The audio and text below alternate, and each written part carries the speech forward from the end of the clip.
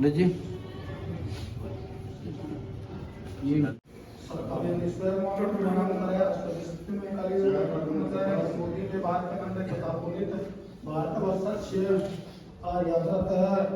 गंगाया यमुना पश्चिम तटे नर्मदया अमुना नामानि नगरे आपको गोत्र है, आपका गोत्र अपना अपना गोत्र अतः एवं विशेष विशिष्टतया संपूर्णानि अमुक गोत्र नाम छात्रावास भवन के प्रथम मंजिल का शुभारंभ आज गणतंत्र दिवस है, इसलिए भी खुशी है और बड़ी अशुभ मुहूर्त में इसका शुभारंभ किया। इसलिए मैं आशा करता हूँ कि बच्चों के भविष्य के लिए भी बहुत शुभ साबित होगा ये छात्रावास। बहुत इन बातें मुझे कहनी थी इस बारे में का विचार क्यों आया। वैसे 1998 में ग्राउंड फ्लोर बना था, उसके बाद कोई कंस्ट्रक्शन में प्रगति नहीं, 22 साल की अवधि लगभग निकल चुकी थी। तो ये आइडिया आने के 3-4 कारण थे। एक तो क्या है कि आपके कार्य की उत्कृष्टता की पहचान ये है कि आपकी अंतरात्मा क्या कहती है। यदि अंतरात्मा उसको अच्छा बताती है तो वो कार्य अच्छा ही होगा। तो सबसे पहले तो यहाँ से शिक्षा प्राप्त छात्रों ने जो सफलताएं प्राप्त की, उन सफलताओं के परिणाम स्वरूप हमें प्रोत्साहन मिला कि और ज़्यादा इसका विस्तार करें ताकि ज़्यादा से ज़्यादा बच्चे यहाँ पढ़ के और जीवन में सफलता हासिल कर सकें। यह पहला कारण था। दूसरा ये है कि समाज में हाशिए पर जो समाज बंधु है उनके उत्थान के लिए, आर्थिक रूप से कमज़ोरों के और वंचितों के उत्थान के लिए हॉस्टल है। बहुत सी बार हम जाते थे, पंजाब में गए और गए, उन लोगों का हमारा जोधपुर से क्या लेना देना। तो मैं उनको यही कहता था कि ये बात ही बिल्कुल उल्टी है। हम तो गरीबों के लिए और जो पिछड़े हुए हैं उनके लिए छात्रावास बना रहे। जो हम चंदा देने वाले हमारे लिए थोड़ी छात्रावास, हमारे तो घर है यहाँ सारों के। इसलिए क्या कि समाज में जो बड़े ब्राइट स्टूडेंट्स हैं जिनको अवसर नहीं मिला है और जो हाशिए पर है, जो आर्थिक रूप से कमज़ोर है, जो पिछड़े हुए हैं, उनके लिए ये सुविधा हमने क्रिएट की है। और आशा है कि उन्हीं को टारगेटेड रूप से उन्हीं को इसका अधिकतम लाभ मिलेगा, नहीं कि पैसे वाले लोगों को। एक ये भी कारण था कि समाज बंधुओं द्वारा अन्यत्र अनुत्पादक कामों में बहुत ज़्यादा पैसा दिया जाने लगा था। और जो ही मेरे ध्यान में वो बात आई तो तुरंत ये आइडिया आया कि क्यों नहीं इसकी दिशा को परिवर्तित करें। अनुत्पादक कार्यों में समाज वाले पैसे धनाधन दे रहे थे, तो हमने उसको उत्पादक कार्य की तरफ डाइवर्ट कर दिया और आज ये हॉस्टल बन के तैयार हो गया। पैसा तो सारा एक जगह जाता ही जाता है, कहीं कहीं वो पैसा हमारी तरफ डाइवर्ट हो गया और ये मंजिल आपके सामने कैसे बनी खड़ी हो गई। और एक सबसे बड़ी बात कि समिति का दृढ़ विश्वास है कि शिक्षा ही एकमात्र ऐसा उपकरण है जिसके माध्यम से कोई भी समाज प्रगति कर सकता है और कोई रास्ता नहीं है। आज हम यहाँ ये तो किस कारण से, शिक्षा के कारण। शिक्षा एकदम गरीबी से बाहर ला के आपको फेंक देती है और जिससे पूरी पीढ़ियों तक सुधर जाती है।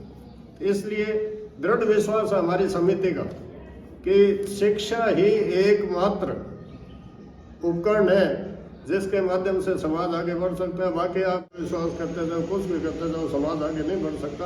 और शिक्षा एकदम आपको तेजी के साथ विकास और प्रगति के मार्ग पर आगे ले जाती है। इस शिक्षा के उद्देश्य से ये छात्रावास बनाया गया। दूसरी बात जो मैं बताना चाहता हूँ वो ये है कि दानदाताओं की बड़ी भारी उदारता रही। हमने पैसे बहुत इकट्ठे किए थे, लगभग 35 लाख के करीब। तो उसमें दानदाता जो थे हमारे वो बड़े भारी उदार थे। सर्वप्रथम तो मैं और मनरूप जी हाँ भागुलाल जी के यहाँ गए थे, जयनारायण जी भी होंगे। तो उन्होंने जाते ही एक ही बात कही, हमने कुछ नहीं कहा कि मैं तो एक कमरा बनाऊंगा छात्रावास में। उससे बड़ा हमें प्रोत्साहन मिला कि जाते पहले आदमी कह रहा है पूरा कमरा बनाऊंगा, जिसके वो लाख रुपए दिए उस समय उन्होंने। तो मैंने कहा भाई ज़्यादा भी लग सकता है, 1.5 लाख के और लगेंगे तो और दूंगा सर, लेकिन कमरा मैं बनाऊंगा। तो इस तरह की उदारता कम ही देखने को मिलती है। तो हमें ऐसे उदार दानदाता मिले। दूसरा, जब हम सभी लोग एक बार पाल वाले वकील साहब गंगादास जी के यहाँ गए थे उनके ऑफिस में और वहाँ बैठे थे, तो उस समय उन्होंने मेरे से 2 फोन कराए। एक तो ओम जी वैष्णो दिपासने वाले कमिश्नर साहब को, एक फ़ोन कराया ओम जी ब्रिगेडियर साहब को, और एक वो हमें ले गए उनके राधा किशन जी जाखड़ साहब के यहाँ, जिन्होंने जाते ही 1 लाख रुपए दे फैक्ट्री वाले थे। और इन दोनों ने फटाफट आप दे के हम दे देंगे 1-1 लाख रुपये।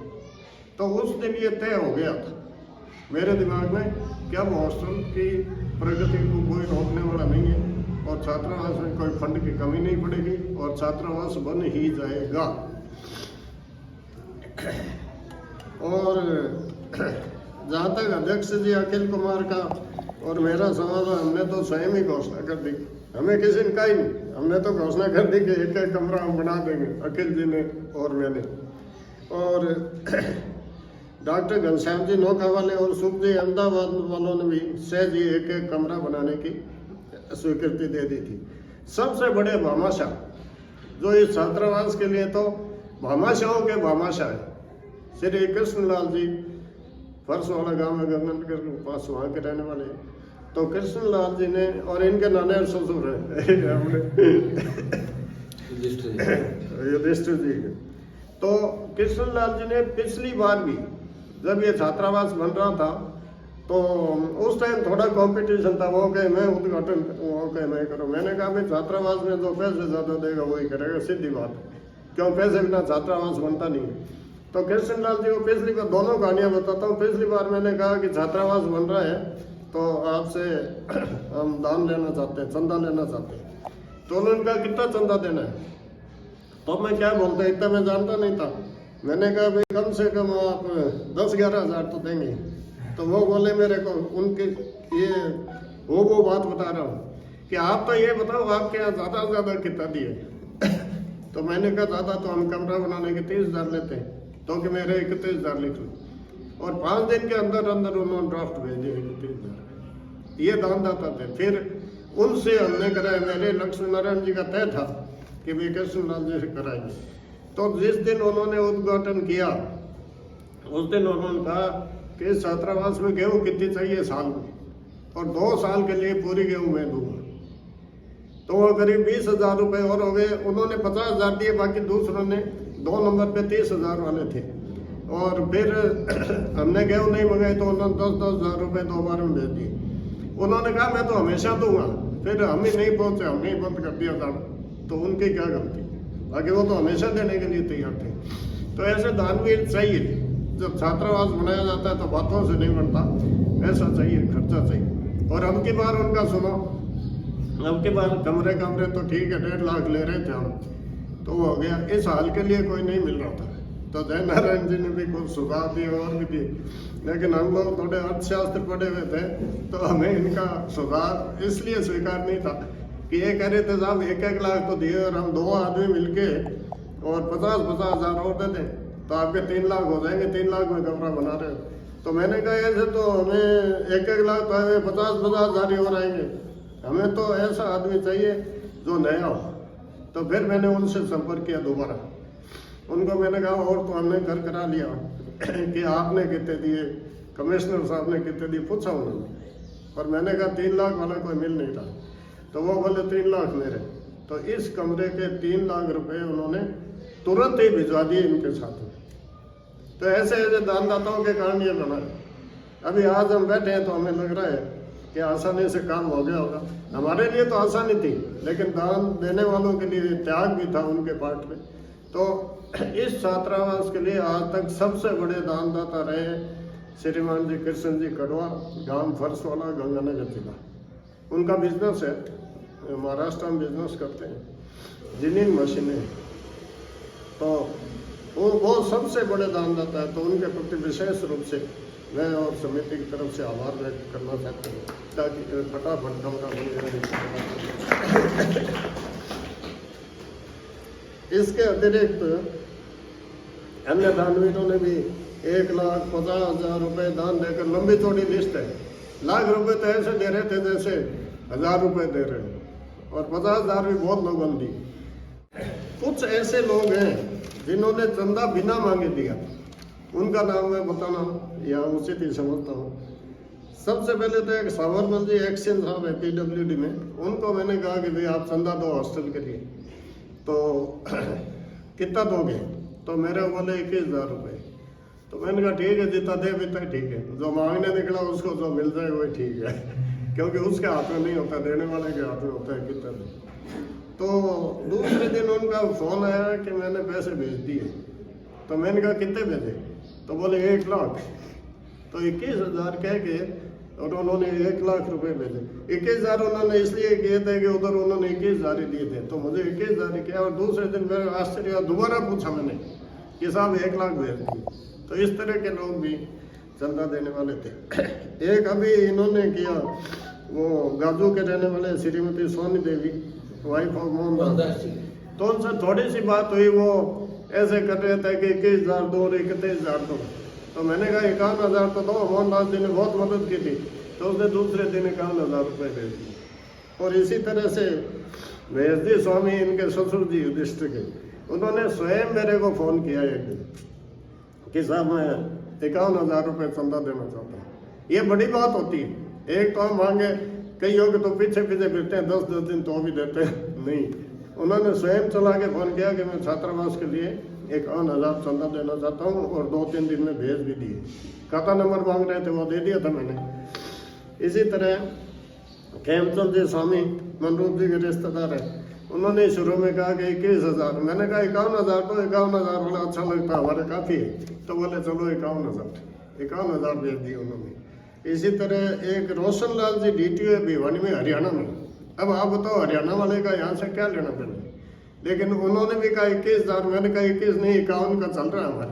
तो बोले ठीक है, 51,000 भेज दिए। भिवानी के DTO हैं। और एक श्री अर्जुन दास जी गोदारा बंगलोर, उन्होंने 51,000 दिए। और अहमदाबाद में रघुवीर सिंह है, ये सब जानते हैं, उन्होंने भी 51,000 दिए। और युधिष्ठिर और प्रेमदास जी, इन्होंने 51,000 दिए। सुभाष जी जाखड़ सीकर, उनको फ़ोन किया था, और फ़ोन करके मैं कहता रहा, उन्होंने कहा साहब निश्चित रहो, मैं 2 लाख रुपए दे दूंगा। और मैं लक्ष्मण, उनका साथी था फॉरेस्ट डिपार्टमेंट में, लक्ष्मण जी से भी 1 लाख दिला दूंगा। और इन दोनों ने 1-1 लाख रुपए दे दी, जिनकी हमारी बहुत कम जान पहचान थी जिनसे।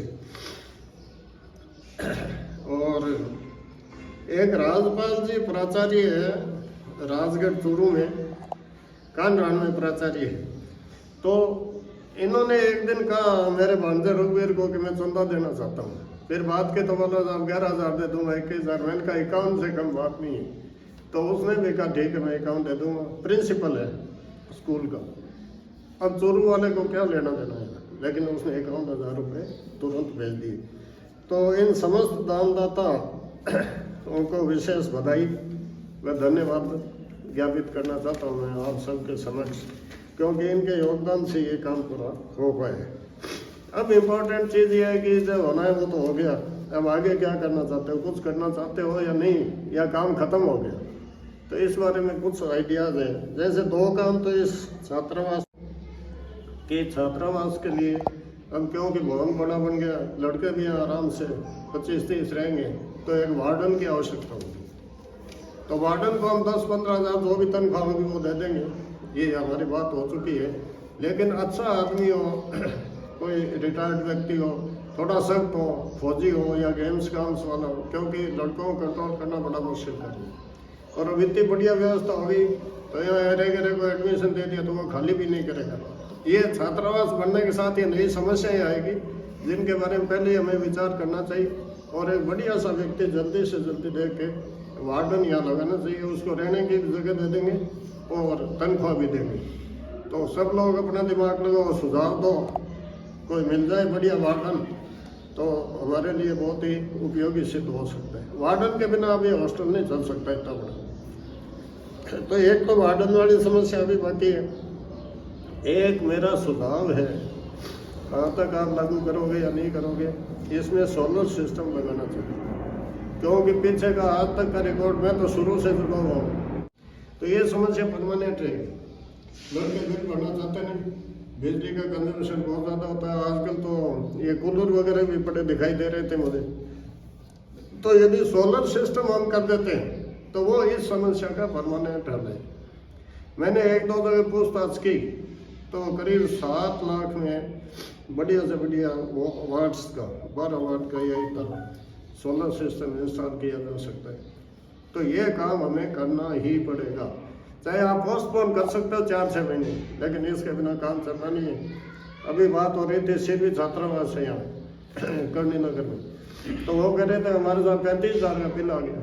अभी तब बड़ा बिल कौन भरे? बिजली का कंजम्पशन तो होता ही, और सोलर सिस्टम मैंने तो घर पे लगा रखा है, तो हमारे भी 2 महीने का 20-22 हज़ार आता था, और अब हमेशा नेगेटिव बिल आता है। नेगेटिव का मतलब मैं मांगता हूँ बिजली घर में। तो ये सोलर सिस्टम का इंस्टॉलमेंट है, इसके लिए शुरू में 2 लाख रुपए देने होते हैं, बाकी वो लगाते हैं त्यों ले लेते हैं। सब्सिडी भी शायद होगी। सोलर सिस्टम परमानेंट इलाज है, उसके बाद बिजली की समस्या नहीं रहेगी आपके, बाकी कुछ भी समस्या, और ये करना ही पड़ेगा। पोस्टपोन कर सकते हो 6 महीने साल में। तो एक तो वार्डन और एक सोलर सिस्टम, ये 2 चीज़ें बहुत ही ज़रूरी और बाकी है, जिनको करने के लिए करो। यदि पैसे नहीं है तो 1-1 लाख रुपए सारे इकट्ठे करो, यही है, पैसे नहीं है तो इकट्ठे करो, और क्या उपाय। दूसरा, बालिका छात्रावास के प्रस्ताव को कार्य रूप प्रदान करना। ये बात बार बार आने लगी है, पिछले 6 महीने से बहुत ही ज़्यादा आ रही है कि साहब जोधपुर में बालिका छात्रावास होना चाहिए। बालिका छात्रावास तो इससे पहले होना चाहिए था, लड़कों वाले से, सही बात तो ये थी, लेकिन उस टाइम ऐसा सोचा भी नहीं था, आइडिया भी नहीं था। इस संदर्भ में जो समस्या सामने आ रही है वो है कि सबसे पहले तो हमारे पास जगह नहीं है, तो छात्रावास बनाओ कहाँ? जगह का नहीं होने का मतलब ये नहीं कि जगह बिल्कुल नहीं है, जगह तो है, लेकिन सूटेबल जगह नहीं है। सूटेबल का मतलब तो यूनिवर्सिटी के नज़दीक हो, तो बहुत दूर नहीं हो। यदि आप कुछ भी नहीं कर सकते तो यहाँ से करीब कितना 20-25 किलोमीटर दूर में 500 गज ज़मीन भी देने को तैयार हूँ आपको। यहाँ से 20 किलोमीटर दूर है पाली हाईवे पे, तो वो आप विचार कर लेना। बाकी अभी यदि ज़मीन हो तो कार्य बनने वाला काम तो फिर हो जाता है, लेकिन है ये महती आवश्यकता हर समाज ने। मैंने देखा था हर समाज ने कई जगह तो सिर्फ महिला छात्रावास बनाए, लड़कों के बनाई नहीं, लेकिन महिलाओं के बना दिए उन्होंने। तो इसी तरह से हमारे यहाँ भी इसकी महती आवश्यकता है, और नेक्स्ट स्टेप यही होना चाहिए समाज के विकास के लिए कि महिला छात्रावास बने, ताकि लड़कियों के लिए सुविधा। वास्तविकता तो ये है कि लड़कों से ही ज़्यादा आवश्यकता है महिला छात्रावास की, क्योंकि लड़का तो कहीं रह सकता है, कमरा लेके भी रह सकता है, लड़कियां नहीं रह सकती इस तरह से। उनको सोबतें सोचनी पड़ती है, घर वाले अलाउ नहीं करते, उनकी सेफ्टी सबसे इम्पोर्टेंट चीज़ होती है। तो महिला छात्रावास का विचार आज सब अपने दिमाग में लेके जाओ, और कैसे बने कैसे नहीं बने इस पर विचार करो। और आपसे कुछ ही नहीं हो तो 20 किलोमीटर दूर में तो 500 गज जमीन देना तैयार हूँ, फ्री ऑफ कॉस्ट। बढ़िया जमीन है, रोड पे है, अच्छी है, लेकिन दूर है, इसलिए वो मेरे को सूटेबल नहीं लगती। नज़दीक हो तो जैसे ये जितना नज़दीक है यूनिवर्सिटी से, इतना नज़दीक होनी चाहिए, वो तो बेस्ट होगी। या कोई प्रस्ताव तैयार करो, और प्रस्ताव भी आप सोचते हो ना, इतना इजीली तैयार नहीं होगा। इसके लिए इलेक्शन कराने पड़ेंगे, इलेक्शन करा के सब कुछ करोगे, उसके लिए मेंबर्स बनाओ। तो अब नेक्स्ट काम है एक अध्यक्ष जी के लिए ये है कि मेंबर्स बना के इलेक्शन करवा दो जल्दी। लेकिन प्रोसीजर ऐसा, आपके पास तो संविधान है ना कि मेंबर्स बना के ही आप चुनाव करवा सकते हो, अन्यथा करवा नहीं सकते। और बहुत साल हो गए चुनाव में, तो चुनाव करवा देते हैं तो बहुत ही अच्छा काम होगा। बाकी समिति के समस्त सदस्यों से यदि मैंने कोई कड़वी बात करती है तो उसके लिए मैं क्षमा मांगता हूँ। और इन्होंने बहुत योगदान दिया, एक से एक बढ़ के। हमने हमारे अर्थशास्त्र में एक सिद्धांत होता है लॉ ऑफ कंपैरेटिव एडवांटेज, कि जिसमें ज़्यादा कुशलता हो ना वही काम उससे करवाओ। तो हमने इसी तरह किया। तो अध्यक्षित करते ही रहे काम समय समय पर। जय नारायण जी पड़ोसी थे तो प्राय आते ही रहते थे, और मनरूप जी को तो ऐसा काम सुनता था, सबको पेमेंट करना, वो करना, आधी रात तक ठेकेदारों को फोन आते रहते, पैसे दो पैसे दो। तो सब ने बड़ा मन लगा के बहुत अच्छी तरह काम किया। ये काम भी बढ़िया हुआ और इस समिति को मैं बहुत ही इसके लिए धन्यवाद देना चाहता हूँ। बस यही कुछ बातें मैं कहना चाहता हूँ। बहुत बहुत धन्यवाद, आपने मुझे मौका दिया इसका शुभारंभ करने का। Thank you.